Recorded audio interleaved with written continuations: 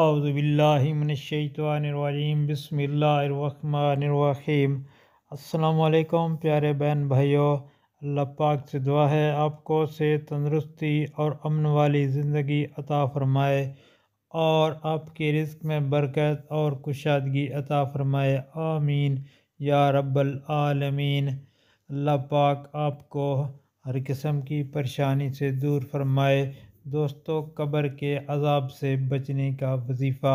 یعنی قبر میں جو عذاب آنا ہے اس سے بچنے کے لیے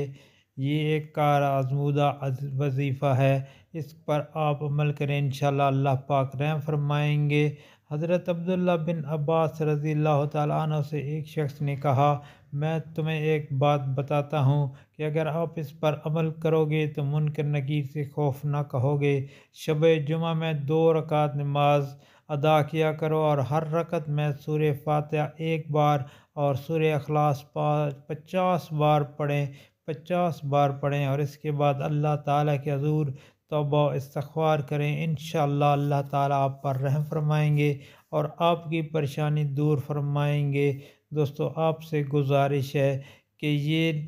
بات صدقہ جاریہ کے طور پر آگے دوستوں میں شیئر کریں، انشاءاللہ اللہ پاک آپ پر رحم فرمائیں گے اور پریشانی دور